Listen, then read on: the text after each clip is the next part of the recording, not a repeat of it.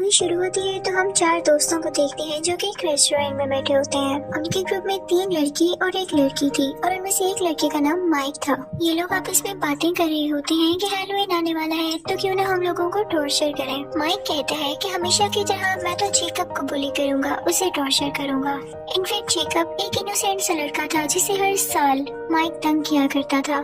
ये प्लान सुनकर उनकी फीमेल फ्रेंड उन्हें मना करती है कि तुम लोगों को ऐसे किसी को तंग नहीं करना चाहिए और जेकब का क्या कसूर है जिसे तुम लोग हर साल सताते हो। तो माइक कहता है कि तुम्हारे सवाल में ही तुम्हारा जवाब है कि हम उसे हर साल सताते हैं और ये अब हमारी आदत बन चुकी है। तुम क्या जानो कि उसे सताने में कितना मजा आता है। वो लड़की उस ग्रुप में मौजूद अपनी बेस्ट फ्रेंड को भी मना करती है कि ऐसा नहीं करना तुम, लेकिन जब माइक उसकी बात नहीं मानता तो वो वहाँ से उठकर चली जाती है। फिर हम देखते हैं कि माइक और उसका दोस्त खाना खा चुके होते हैं और अब वो जाते हैं मैनेजर के पास बिल पे करने के लिए। तो मैनेजर उनसे पूछने लगता है कि हैलोवीन आ रही है, तुम लोगों के क्या प्लान्स हैं? तो माइक उससे कहता है कि हम एक लड़के को बहुत बुरी तरह टॉर्चर करने वाले हैं जिससे हमें बहुत मजा आने वाला है। तो मैनेजर भी अपना इंटरेस्ट शो करता है और कहता है कि मैं भी जाना चाहता हूँ, मैं भी देखना चाहता हूँ कि तुम लोग कैसे उसे टॉर्चर करोगे। माइक कहता है कि नहीं, ये मेरी और मेरे दोस्तों का प्लान है। तो वो मैनेजर उसे काफी रिक्वेस्ट करता है और आखिरकार माइक मान जाता है उसे अपने साथ ले जाने के लिए जेकब को टॉर्चर करने। अब हम जान लेते हैं कि जेकब था कौन। वो एक मेंटली लड़का था जिसका दिमाग ठीक से काम नहीं करता था और ना वो ज्यादा कुछ सोच पाता था। उसे कैंडीज खाना बहुत पसंद था और सबसे बढ़ के कॉर्न कैंडी, जिसे वो एक पम्पकिन बास्केट में लिए फिरता था। वो एक फेस्टिवल की तरफ जाता है। बेसिकली वो यहाँ पर एक वर्कर के तौर पर आया था। तो फेस्टिवल का ओनर उससे कहता है कि तुम अपने पूरी लगन से काम करना, पूरे ध्यान से काम करना और याद रहे कोई भी ऐसी हरकत ना करना जिससे तुम्हारी या मेरी बेइज्जती हो, इंसल्ट हो। तो वो ओनर उससे कहता है कि शो शुरू होने ही वाला है, तुम अपनी तैयारी कर लो।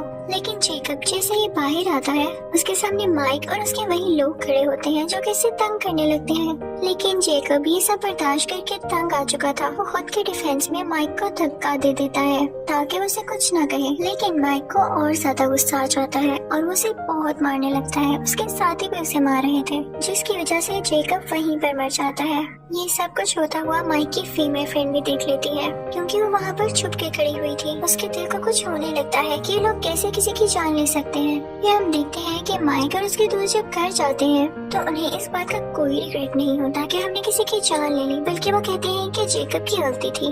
हम हर साल उसे टॉर्चर करते थे और वो हमारा टॉर्चर बर्दाश्त कर लेता था, सह लेता था। लेकिन इसी साल उसने खुद को प्रोटेक्ट करने के चक्कर में मुझे धक्का दिया तो क्या मुझे गुस्सा ना आता? यानी इतने जालिम थे ये लोग। दूसरी तरफ हम देखते हैं कि माइक की वही फीमेल फ्रेंड बहुत बुरा फील कर रही होती है जेकब को लेके। जब फेस्टिवल में शो का ऑनर ये देखता है कि जेकब को किसी ने मार दिया है तो उसे बहुत गुस्सा आता है कि मेरी वर्कर को कोई ऐसे मारकर कैसे जा सकता है। वो दिल का अच्छा इंसान होता है। वो जेकब की बॉडी को उठाकर अंदर ले आता है और उसके फेस पर कोई मास्क पहनाता है। उसके बाद वो एक रिचुअल करने लगता है जिससे किसी की सोल उसके अंदर आ जाती है और अब जख्मी जेकब फिर से जिंदा हो जाता है ताकि वो बदला ले सके उन लोगों से अपने मर्डर का। दूसरी तरफ हम देखते हैं कि माइक की फीमेल फ्रेंड टाउन के शेरिफ के पास जाती है और उसे सब कुछ बताती है कि जेकब को किन लोगों ने मारा और किस तरह मारा। तो शेरिफ ये सब सुनकर कहता है कि ठीक है, मैं इसे नोट कर लेता हूँ, लेकिन अभी तक मेरे पास इसकी कोई रिपोर्ट नहीं आई। लेकिन जब शेरिफ को पता चलता है कि टॉर्चर करने वालों में से एक उसका बेटा ही था यानी माइक, तो उसे यकीन नहीं आता कि मैं टाउन का शेरिफ हूँ और मेरा बेटा ऐसे कर सकता है। तो वो सीधा उस फेस्टिवल के ओनर के पास जाता है और उसे पूछता है कि जेकब कहाँ पर है, उसे क्या हुआ था। तो वो ओनर उससे कहता है कि सबको गलत लगा कि वो मर गया है, वो बस कुछ जख्मी था, अब मैंने उसे रेस्ट करने उसके घर भेजा है। क्योंकि बात तो सच थी कि ऑनर की हरकत के बाद हम जेकब को मरा हुआ तो काउंट नहीं कर सकते थे ना। शेरिफ सीधा जेकब के घर जाता है और दरवाजा नॉक करने लगता है, लेकिन कोई भी दरवाजा नहीं खोलता तो वो वापस आ जाता है। फिर हम माइक की उस फीमेल फ्रेंड को देखते हैं। उसका एक दोस्त उससे मिलने आता है और वो उसे बताता है कि शेरिफ ने इन्वेस्टिगेशन की है और उन्हें पता चला है कि जेकब अभी जिंदा है। ये सुनकर उस लड़की को थोड़ा सुकून होता है कि शुक्र है वो जिंदा तो है। फिर हम देखते हैं कि मैनेजर जिसने माइक के साथ मिल के जेकब को मारा था वो किसी को बता रहा होता है कि मेरी हेरोइन बहुत अच्छी गुजरी, मैंने बहुत मजा किया पहली बार। और फिर उसके बाद वो वॉशरूम आता है जहाँ पर वही पंपकिन बास्केट पड़ी होती है और उसमें कॉर्न कैंडी होती है। वो उसे खाने लगता है और तभी वहाँ पर जेकब आ जाता है। जेकब उसका पेट चीरकर उसे पूरी तरह से मार डालता है, यानी उसने अपने एक मर्डर से बदला ले लिया था। उस जगह पर शेरिफ भी आ जाता है और इन्वेस्टिगेशन करने लगता है। हर तरफ कैंडी कॉर्न बिखरी हुई थी। जब शेरिफ इन्वेस्टिगेशन करता है तो उसे पता चलता है कि उस रात जेकब को टॉर्चर करने वालों में से ये मैनेजर भी था। तो उसे पता नहीं क्यों ये शक होता है कि इसके पीछे जेकब का हाथ है, जेकब ने ही इसे मारा है। वहाँ पर माइक की वो फीमेल फ्रेंड भी होती है जो कि अपने बेस्ट फ्रेंड के साथ आई होती है। तो शेरिफ उनको भी सब कुछ बताता है, जो कि जाकर वो माइक और उसके दोस्त को बताते हैं। माइक कहता है कि ये तो पॉसिबल ही नहीं है कि जेकब किसी का मर्डर कर सके। उसमें इतनी हिम्मत कहाँ से आई? उसमें अगर इतनी हिम्मत होती तो वो खुद को बचा न लेता। और जहाँ तक बात रही मैनेजर के मर्डर की, तो हो सकता है उसके किसी दुश्मन ने उसका मर्डर किया हो, जरूरी तो नहीं है कि जेकब ही हो। तो बाकी सब लोग भी इस बात को मानने पर तैयार हो जाते हैं कि हो सकता है कि इनका ख्याल ही हो। लेकिन जैसे ही वो लोग माइक के दोस्त के घर से जाते हैं तो उसे अजीबोगरीब हरकतें महसूस होना शुरू हो जाती है अपने घर में। वो आगे बढ़कर देखता है तो उसे भी वही पंपकिन बास्केट दिखाई देती है। वो बहुत हैरान होता है कि ये यहाँ पर कैसे आ गई, और इसी हैरानी में उस पर जेकब अटैक कर देता है। वो उसे दीवार के साथ लगा के अपने हाथ से उसकी स्पाइनल कॉर्ड यानी रीढ़ की हड्डी खींच लेता है, जिससे उसकी फौरन डेथ हो जाती है। दूसरी तरफ हम देखते हैं कि शेरिफ को पूरा शक होता है कि ये मर्डर जेकब ही कर रहा है। तो वो दोबारा से उस फेस्टिवल ओनर के पास जाता है। तो वो उसे आगे से कहता है कि मैंने आपको बताया ना कि वो जख्मी था और मैंने उसे अपने घर रेस्ट करने के लिए भेजा है। अभी वो लोग बात कर ही रहे होते हैं तो एक और पुलिस ऑफिसर वहाँ पर आकर शेरिफ को बताता है कि माइक के एक और दोस्त का मर्डर हो गया है। शेरिफ वहाँ पर जाकर देखता है तो उसे वहाँ पर भी कॉर्न कैंडी मिलती है। अब शेरिफ का शक सच्चा साबित हो चुका था। वो जेकब के घर जाता है लेकिन उसे वहाँ पर जेकब नहीं मिलता। जब वो उसके बेड के नीचे देखता है तो एक अजीब सी डेड बॉडी होती है जो कि बहुत पुरानी थी और वो जेकब की मदर की थी। लेकिन इस बॉडी का बाकी होने वाले मर्डर से कोई लेना देना नहीं था। शेरिफ अब खुद जेकब की तलाश में निकल पड़ता है और अपने बेटे माइक से कहता है कि तुम घर में रहोगे, बाहर मत निकलना, खतरा है तुम्हारी जान को। शेरिफ इस वजह से शहर भर में होने वाले कार्निवल, फेस्टिवल्स और इवेंट्स को रोक देता है और कहता है कि सब अपने घरों में रहें। ये सुनकर सब लोग बहुत गुस्सा होते हैं। उस फेस्टिवल के ओनर का जो स्टाफ था वो भी उस पर गुस्सा होता है कि कुछ न कुछ तो है जो आप हमसे छुपा रहे हैं और ये शायद आप ही की वजह से हो रहा है। अब हम कमाएंगे किससे? हम तभी उनमें से एक आदमी जिसका नाम बिशप होता है वो इस फेस्टिवल के ओनर से मिलता है और कहता है कि क्या जो तुम कर रहे हो वो ठीक है, तुम जो भी कहोगे मैं इस पर बिलीव कर लूंगा। तो वो ऑनर कहता है कि जी बिल्कुल ठीक कर रहा हूँ मैं।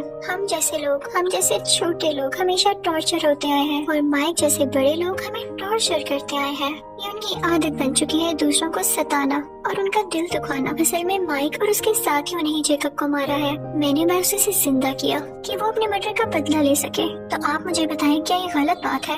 ये बात ऑनर के सब स्टाफ मेंबर्स के सामने भी आ जाती है और वो एग्री हो जाते हैं कि हम इस ऑनर का साथ देंगे क्योंकि सच कह रहा है। टॉर्चर करने वालों के खिलाफ उनके अगेंस्ट कोई ना कोई स्टेप तो लेना होगा। फिर हम देखते हैं कि माइक की फीमेल फ्रेंड और उसका दोस्त एक जगह पर होते हैं। वो लड़की कुछ टाइम के लिए अंदर जाती है और जब बाहर आती है तो देखती है कि उसके दोस्त की डेड बॉडी पड़ी हुई है।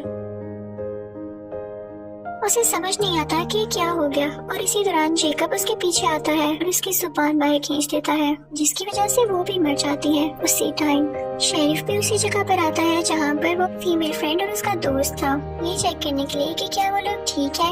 और जब वो अंदर जाता है तो देखता है कि उन दोनों की डेड बॉडीज पड़ी हुई है वहाँ पर। वो सारी बात समझ जाता है और फिर अपने बेटे माइक को कॉल करता है और कहता है कि देखो तुम्हारे दोस्त तो मारे जा चुके हैं, तुम मेरी बात मानो तो अपने घर के अंदर ही रहना, बाहर मत निकलना क्योंकि जेकब अब तुम्हें मारने वाला है। लेकिन माइक को गुस्सा आ जाता है और वो अपने घर से निकलता है उस कार्निवल यानी फेस्टिवल वाली जगह पर ताकि वो वहाँ के ओनर से पूछ सके कि आखिर मसला क्या है। लेकिन तभी उस ओनर का एक आदमी उसे मारकर बेहोश कर देता है। शेरिफ जब घर पहुँचता है और अपने बेटे को ढूंढता है तो वो उसे वहाँ पर नहीं मिलता। वो देखता है कि फेस्टिवल का ओनर है वहाँ पर। वो उस पर गन पॉइंट कर लेता है और पूछता है कि मेरा बेटा कहाँ पर है। लेकिन तभी उसके पीछे से बिशप आता है और उस पर अटैक करके उसे बेहोश कर देता है। फिर वो ऑनर आगे बढ़ के एक चाकू से उसका गला उसके जिस्म से अलहदा कर देता है, जिससे वो मारा जाता है। अब हम माइक को देखते हैं जिसकी आंख खुलती है तो वो देखता है कि वो एक चेयर से बंधा हुआ है, उसके आसपास कोई भी नहीं है और वो हेल्पलेस है। तभी दूर से वो शेरिफ की गाड़ी को आते हुए देखता है यानी उसके फादर की गाड़ी को। तो वो खुश हो जाता है कि मेरे फादर आ गए मुझे बचाने के लिए। लेकिन ये उसकी गलत फहमी थी क्योंकि गाड़ी में तो उसका फादर था ही नहीं, बल्कि उसका सर गाड़ी के ऊपर था, कटा हुआ सर, जिसे देख के माइक रोने लगता है क्योंकि वो जानता था कि वो भी मारा जाएगा, उसके फादर जो नहीं रहे, कोई भी नहीं रहा। तभी आता है जेकब उसके सामने, जो कि अब उसे बहुत बुरी तरह टॉर्चर करके मारने वाला था। उसके दोनों बाजू उसके जिस्म से लहता कर देता है और फिर एक एक करके उसके सारे दांत निकाल देता है और इसी तरह उसे टॉर्चर कर करके उसे मार डालता है। फिर सीन चेंज होता है और हम उस फेस्टिवल के ऑनर को देखते हैं, जो कि किसी दूसरे शहर में अपना शो कर रहा होता है। वो वहाँ पर एक लड़की को एक नेकलेस देता है, जो कि माइक के दांतों से बना हुआ था और उसे बता रहा होता है जेकब के बारे में। तो वो लड़की कहती है कि मुझे इस बात पर यकीन नहीं है कि वो कैसे जिंदा हो गया और कैसे लोगों को मारता है। तो वो ऑनर उससे कहता है कि कुछ लोग मासूम लोगों की बिला वजह जान ले लेते हैं। उनको सबक सिखाने के लिए जेकब को जिंदा किया गया है। फिर मूवी के लास्ट सीन में हम देखते हैं कि जेकब अपने घर में वही मास्क पहने बैठा होता है और वो अपनी फेवरेट कॉर्न कैंडी खा रहा होता है और इसी के साथ ही मूवी एंड हो जाती है। Thank you for watching.